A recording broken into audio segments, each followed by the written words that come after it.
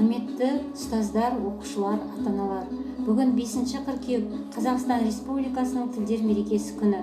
Бүгін мен қазақ тілі мен әдебиет пәні мұғалімі Қоңқабаева Алмагүл Мұхамбетәліқызы тіл ұлттың жаны атты сынып сағатымды бастаймын. Бүгін 5 қыркүйек Қазақстан халқы тілдері күні. Бұл күні қазақ халқының тағдыры мен тілі үшін күрескен алаш арысы, ұлт ұстазы Ахмет Байтұрсынұлының туған күні. Бүгін барша қазақстандық қазақ әліпбиінің негізін салған ғалымның туған күнінде тілдер мерекесін тойлайды. Бүгін мен сабағымды композитор, ақын, әкім Әбдіқайымұлы Ысқақтың мына бір өлең шумақтарымен бастағым келіп отыр.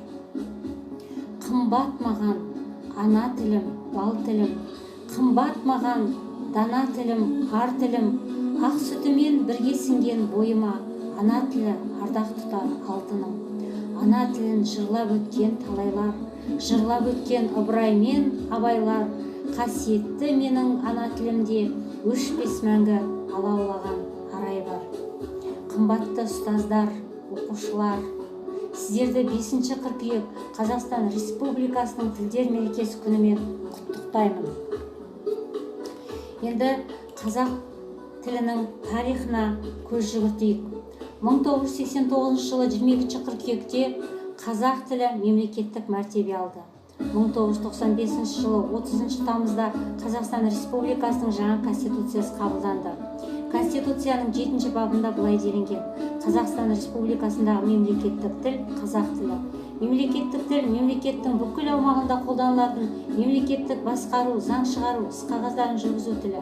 Мемлекеттік тілді меңгеру Қазақстан Республикасының әрбір азаматының парызы.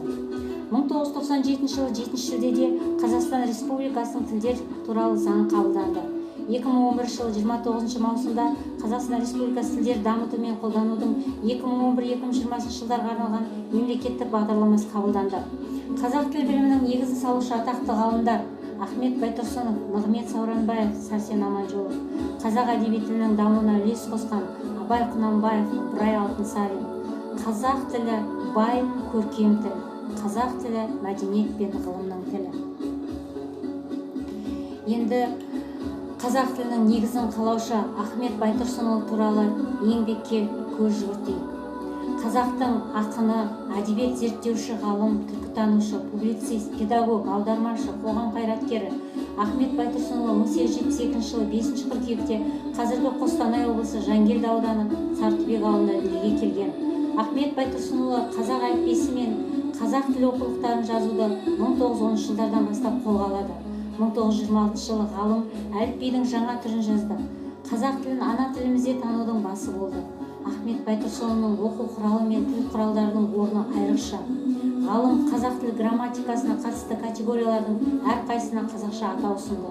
Осы күні қолданылып жүрген зат есім, сын есім, етістік, есімдік, одағай, үстеу, шылау, бастауыш, баяндауыш, жай сөйлем, құрмалас сөйлем, қаратпа сөз деген сияқты сан алуан лингвистикалық атаулардың баршасы Ахмет Байтұрсынұлынікі.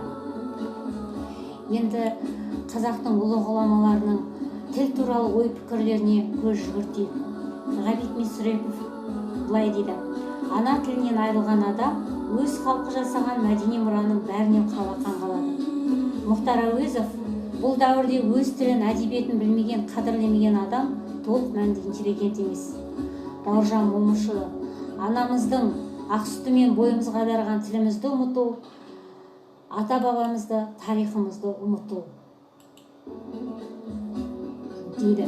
Ендеше, құрметті оқушылар, тілімізді қашанда дәріптеп, құрметтеп жүрейік.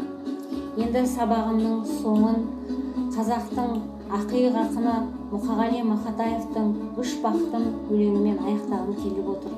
Ақын өзінің бақытым деп халқын, тілін, отанын айтады. Ең бірінші бақытым халқым менің, соған берем бойымның алтын кенін. Ол бар болса мен бармын, қор болмаймын, қымбаттырақ алтыннан нарқым менің. Ал екінші бақытым тілім менің, тас жүректі тіліммен тілім дедім. Кейде дүниеден түңілсем де, қасиетті тілімнен түңілмедім.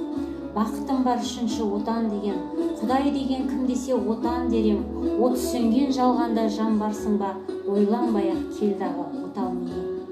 Ендеше біздің міндетіміз мемлекеттік тілді жетік меңгеріп, қазақ тілінің қолданылу аясын қоғамда, ортада жоғары дәрежеге көтеріп, өз ана тілімізді, отанымызды құрметтеу. 5 қыркүйек Қазақстан халықтарының тілдер мерекесі баршамызға құтты болсын. Еліміздің болашағы жарқын, тұғыры мықты болсын. Ана тіліміз, қазақ тілінің мерейі әрқашан үстем болсын. Назарларыңызға рахмет.